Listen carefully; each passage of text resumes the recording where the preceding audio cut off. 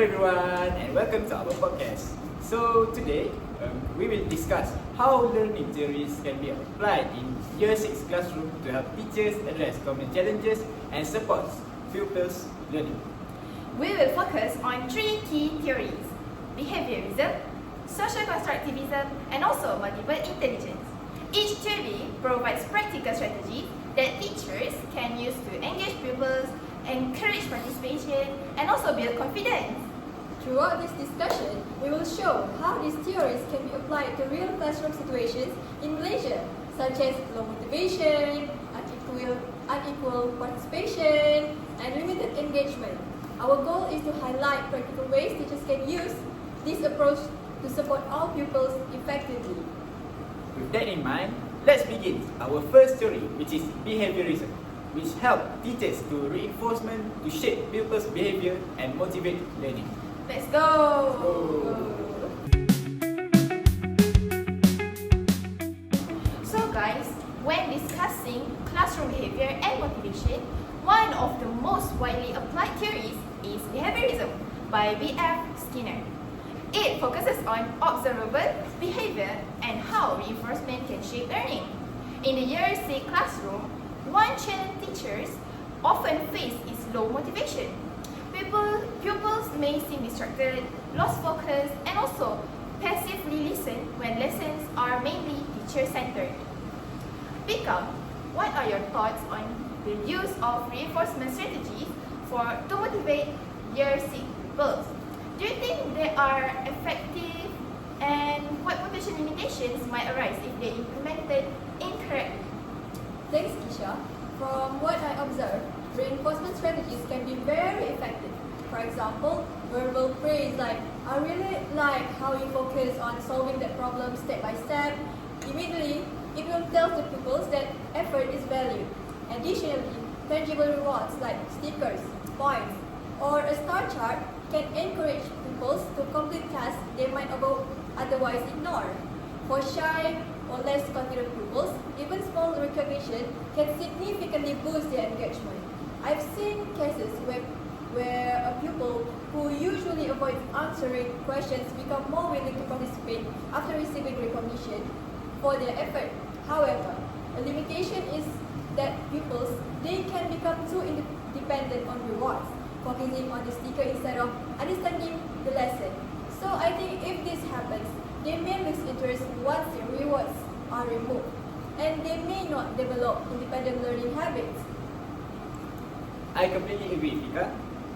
That's why I think that reinforcement should always be combined with reflection and guided discussion. For example, after giving a sticker or praise, teachers could ask the students, why did you choose this strategy to solve the problem and how did it help you? This encourages pupils to think critically and connect effort with learning rather than just the reward itself. Yes, and I would like to add that reinforcement can also be personalized. Some pupils respond well to public praise, while others they prefer quiet acknowledgement. Teachers who understand their pupils' personalities can tailor reinforcement for maximum effect. That's a good point, Piqa. And I also find it interesting how both of you highlighted the importance of not relying solely on rewards.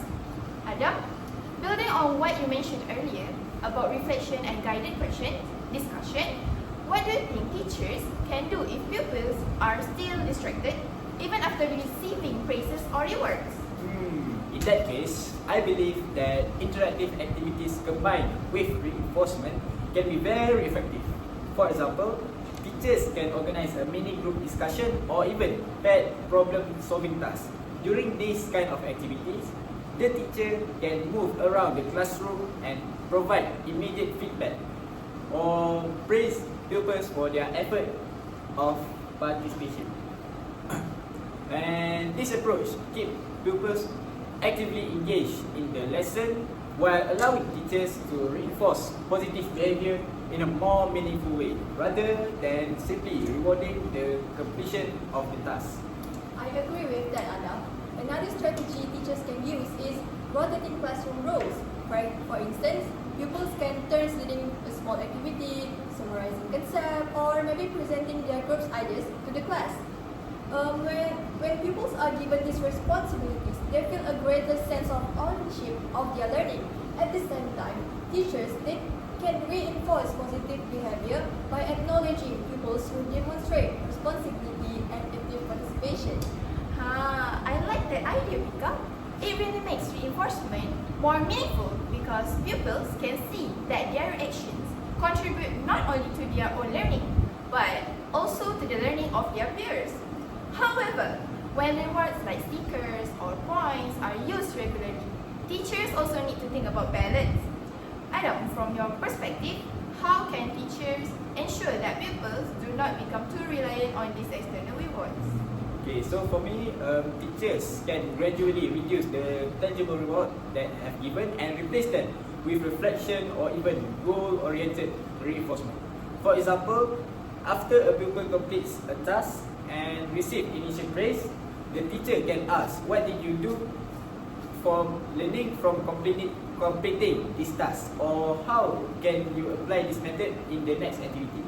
And this way, pupils start focusing on learning itself rather than only the external reward. And by combining goal setting with praise, it is also very effective. Pupils can set personal target such as I will answer at least one question today, or I will complete my work independently. And the teachers will acknowledge the effort towards achieving this kind of goal. That's true, Adam. I think peer reinforcement can also help. When pupils acknowledge each other's effort, such as saying, I like how you explain your idea clearly, it will build a confidence and encourages others to participate as well. So, from our discussion, we can see that reinforcement plays an important role in encouraging pupils to engage in classroom learning. When teachers acknowledge pupils' effort through praise or small rewards, pupils often feel recognized and become more confident to participate. Yes, and when this is combined with strategies such as interactive tasks, rotating classroom, and peer recognition, pupils they begin to see that their contributions matter. This is not only increases participation but also helps them take great responsibility for their own learning. I agree with Piqa, and over time, teachers can gradually guide pupils to reflect on their learning and set a simple personal goals. This helps shift their focus from just receiving the rewards from the teacher to recognizing their own progress and improvement. Exactly. So, when behaviorism is applied thoughtfully, it can help create a more supportive classroom environment where pupils feel encouraged to participate and grow in confidence. Now, we are moving on to the second theory, which is social constructivism. When we think about how pupils learn, social constructivism, developed by Lev Vygotsky, reminds us that knowledge is constructed through interaction, dialogue, and collaboration. Learning is not just an individual process, it happens when pupils discuss ideas, ask questions, and support each other. A common challenge in Year 6 classroom is that some pupils prefer to work alone or avoid group discussion, which limits the opportunity for collaborative learning. So, Qisha, what do you think that teachers can do to encourage pupils to collaborate more, and how can they make group learning engaging for everyone? Oh, thanks, Adam. So, one effective approach is structured group tasks with clearly defined roles. For example, in a social studies lesson about local communities, one pupil could summarize information, another could collect examples from their peers, and a third could present the group's idea to the class. By assigning responsibilities, teachers ensure that all pupils contribute meaningfully rather than letting confident pupils dominate. However, a limitation is that some pupils may still remain passive. To prevent this, teachers can rotate roles weekly and provide step-by-step guidance during group tasks, so every pupil gets an opportunity to lead, present, or summarize. Yes, I agree with you, Qisha, that giving pupils structured roles, it really helps ensure everyone participates. I also would like to suggest that using think, pair, share activities. pupils first think individually about the problem, then discuss their ideas with a partner, and finally share with the whole class.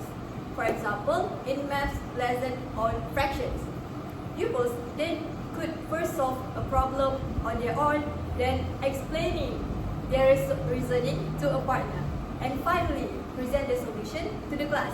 I think this method allows quieter pupils to participate, to practice speaking in a lower pressure setting while still benefiting from peer discussion. It also gives teachers a chance to observe and scaffold understanding where needed. Yeah, you're right, Piqa. And I also believe that think, pair, and share is a really effective strategy because it gives pupils a chance to prepare their idea before sharing with the whole class, and it helps even quieter pupils feel confidence. In addition, the teachers can reinforce collaboration by giving descriptive feedback after the group activities. For instance, they might acknowledge how a pupil listened carefully to a partner, added into their ideas, or explain their reasoning clearly. Highlighting these behaviors show pupils that teamwork and effort are valued, not just correct answer, and encourage everyone to engage actively in a group learning. I agree. When people see that their contributions matter, they feel more confident to speak up, and the class develops a culture where effort in collaboration is appreciated. Yes, and reflection can be integrated without making it feel like formal questioning. Teachers, they can ask pupils to think about how working with others help them understand the topic better, or what they notice about their own contributions. Exactly, and that is why people start connecting their learning with collaboration naturally rather than just performing sport teachers' recognition. Aha! Plus, peer recognition can play a big role. When classmates acknowledge each other's effort, quieter people feel more encouraged, and everyone begins to see the value in sharing ideas and supporting each other. Right, even small comments from peers like noticing someone's explanation or effort can motivate pupils to engage more actively in group discussions and contribute consistently. So, from what we have discussed in the issue 1, it is clearly that strategies like construct roles, think, pair, share, descriptive feedback, reflection, and so on can really help pupils engage in collaborative learning. Now, we will moving on to another challenges that we often see in Year 6 classroom, which pupils sometimes struggle to connect new knowledge and with what they already know. And when lessons feel abstract or disconnected from their prior experience, understanding and retention can be affected. So, let's explore how social constructivism can help bridge this gap. Okay, so Piqa, thinking about the challenge, right? How do you think teachers can help pupils to connect to their new knowledge and to what they already know, so that their learning becomes more meaningful? I think one effective strategy is to activate prior knowledge at the beginning of the lessons. For example, before introducing decimals, teachers could ask pupils to discuss situations where they use money in real life. By connecting new concepts to real-life experiences, learning becomes more meaningful. Teachers can also use concept mapping in groups. Pupils, they will brainstorm what they already know about the topic, then they'll link it to new ideas. For instance, in a science lesson on ecosystem, pupils could list animals and plants they have seen locally and then connect them to food chains. The limitation is that some pupils may hold misconceptions. I think teachers can prevent this by guiding discussions with asking questions and encouraging the pupils to expand their thinking, which will help correct their misunderstanding collaboratively. I agree, Piqa.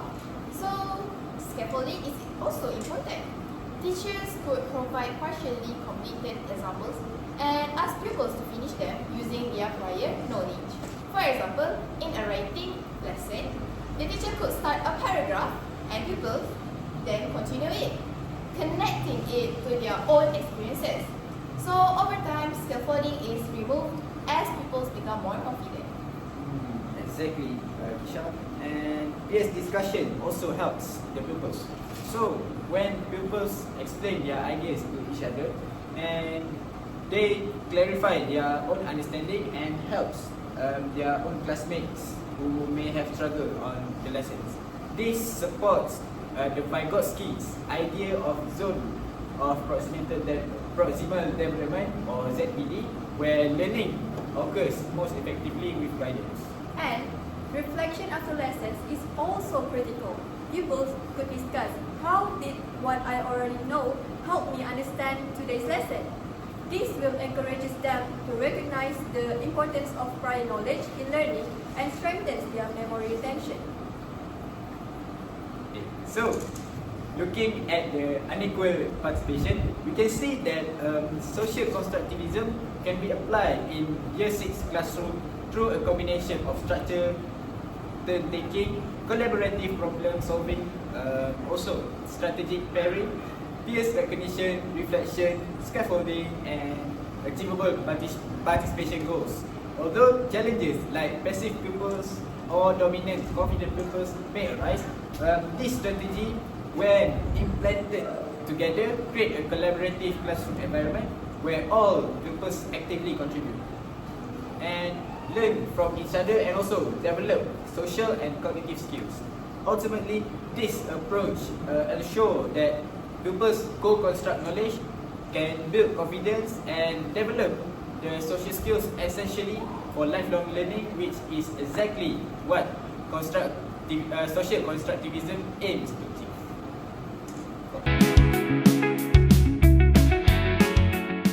Okay, so building on our early discussions about social constructivism, we saw how interaction and collaboration help pupils learn from one another. However, another important point is that pupils they do not all learn in the same way.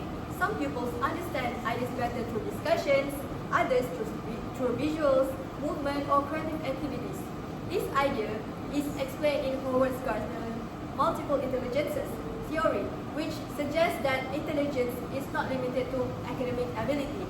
Instead, individuals possesses different types of intelligences, such as linguistic, logical, mathematical, visual, spatial, bodily, kinesthetic, musical, interpersonal, intrapersonal, and naturalistic intelligence. In many classrooms, however, teaching methods still focus mainly on linguistic and logical abilities, such as reading, writing, and answering textbook questions. As a result, pupils whose strengths lie in other intelligences may find it harder to stay engaged. So, Qisha, in your opinion, how might lessons that focus mostly on reading, writing, and textbook questions affect pupils whose strengths lie in other types of intelligence? That is a very important point, Piqa. Because when lessons rely on linguistic and logical parts, pupils who excel in other intelligences may feel disconnected from the learning process. For example, a pupil who has strong visual spatial intelligence may understand the concept better through diagrams, mind maps, or visual representations rather than long written explanations. To apply multiple intelligence in the Year 6 classroom, teachers can design lessons that incorporate multiple forms of representation.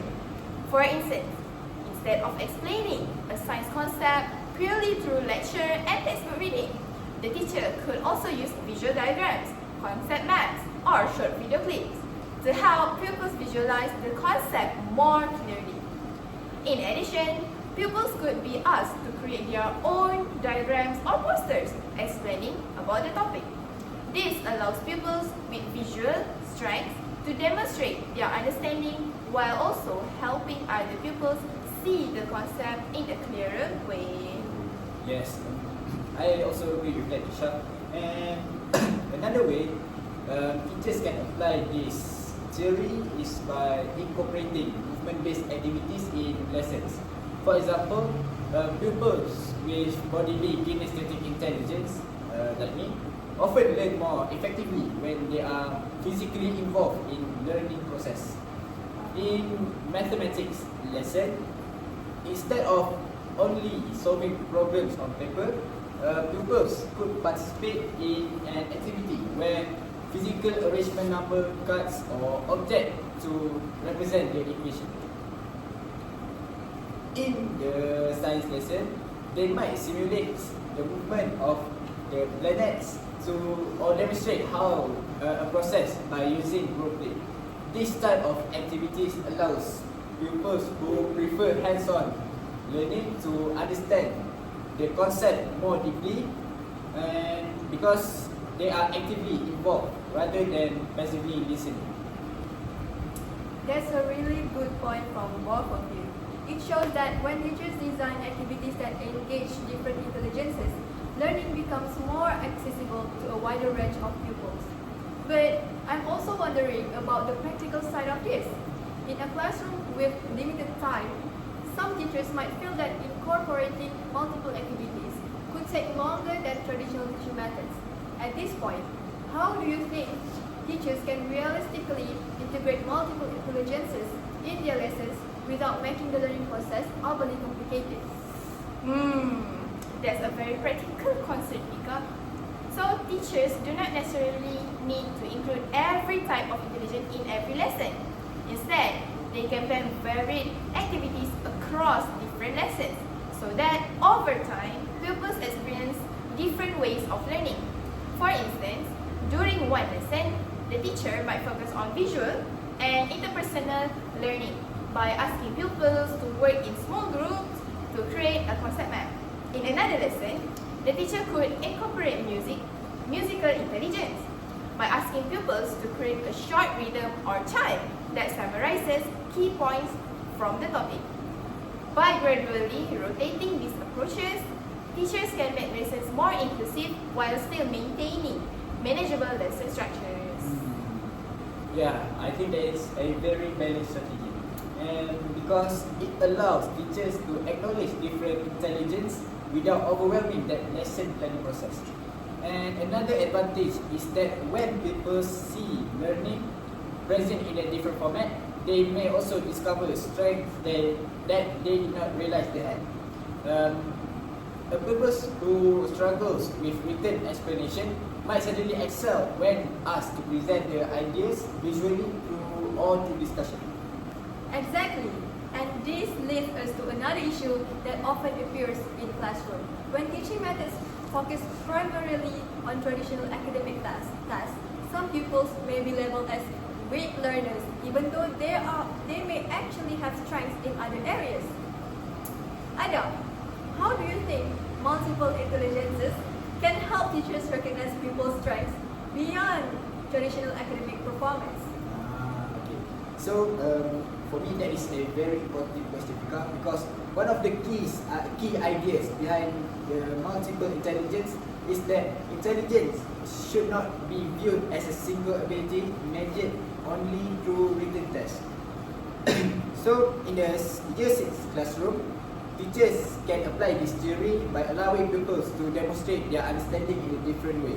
For example, instead of requiring every student to write a long explanation of a topic, the teacher could offer several options. For some pupils might choose to create their own visual poster, others might presenting their ideas verbally, and some may even perform a short play to demonstrate how the concept works. And this approach allows pupils to use their strength to communicate their understanding, which can significantly improve confidence and engagement. I really like that idea, Adam. It also helps teachers see pupils' abilities from a broader perspective. For instance, a pupil who struggles with writing might be extremely effective at explaining ideas, verbally or leading group discussions. Teachers can support this by incorporating project-based learning activities. For example, in a history topic about Malaysian independence, pupils could work in groups to create a presentation where each member contributes according to their own strength. For example, Adam might be the designer for visual slides, while Piqa can explain about the historical events, while me can organize the information. This allows pupils to collaborate using their different intelligence, making the learning more inclusive. I think that's very interesting because it shifts from the focus from identifying weakness to recognizing pupils' strengths. However, one possible limitation is that teachers may worry that allowing different forms of expression could make assessment less consistent. In that situation, how can teachers ensure that pupils meet the intended learning objective? What do you think, Adam? That is a very valid concern, because one way to address this is by using clear assessment criteria, regardless of whether pupils present their ideas through writing or visual learning or oral presentation. The teacher can assess the same key elements such as the accuracy of the information, the clarity of the explanation from the pupils, and the ability to connect the ideas. This ensures that although pupils express their understanding differently, they are still being evaluated based on the same learning objective. Yes, and this also encourages pupils to take ownership of their learning because they are able to choose the method that best suits their strengths. Over time, this approach helps pupils develop confidence in their abilities, which can improve both participation and also overall learning outcomes. I think those are very helpful points from both of you. When teachers use clear state assessment criteria and allow pupils to express their understanding in different ways, pupils they will feel that their strengths are recognized and valued. This often increases their confidence and willingness to participate in learning activities. Ultimately, recognizing multiple intelligences helps teachers move beyond a narrow definition of academic ability and instead support pupils in developing their full potential.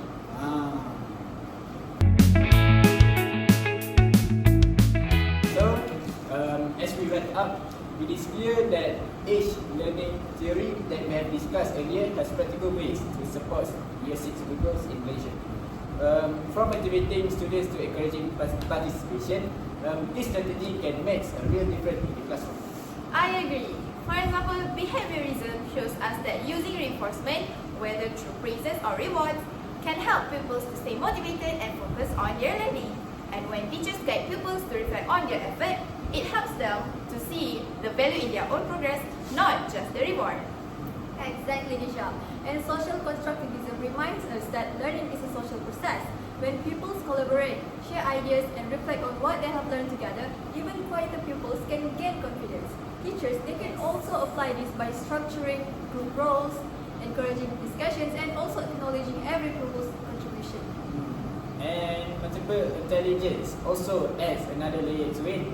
Recognizing that pupils learn in a different way means that teachers can plan lessons that include visual, auditory, physical, and creative activities. This helps students engage according to their strengths and even discover the new way of learning that they didn't know they had. It is interesting to see how these theories can complement each other. Yes, when these approaches are combined, teachers create an environment where pupils feel confident to participate, try new strategies, and also take ownership of their learning. Looking back, I think the key takeaway is that theory becomes truly useful when it is applied thoughtfully. Absolutely. And reflecting on what we have discussed just now, it is exciting to see that even small adjustments like structured group roles, peer recognition, and also varied activities can have a big impact on pupils' learning experiences. Ultimately, by applying behaviorism, social constructivism, and multiple intelligences together, teachers can foster a classroom where every pupil can thrive effectively, contribute, and develop both academically and socially. Yes, I think that is all from us. Thank you for listening to our podcast. I hope this discussion give the teachers practical ideas for applying these theories and supporting Year 6 pupils in a meaningful way. Yes. That is all from us. Thank you. Bye.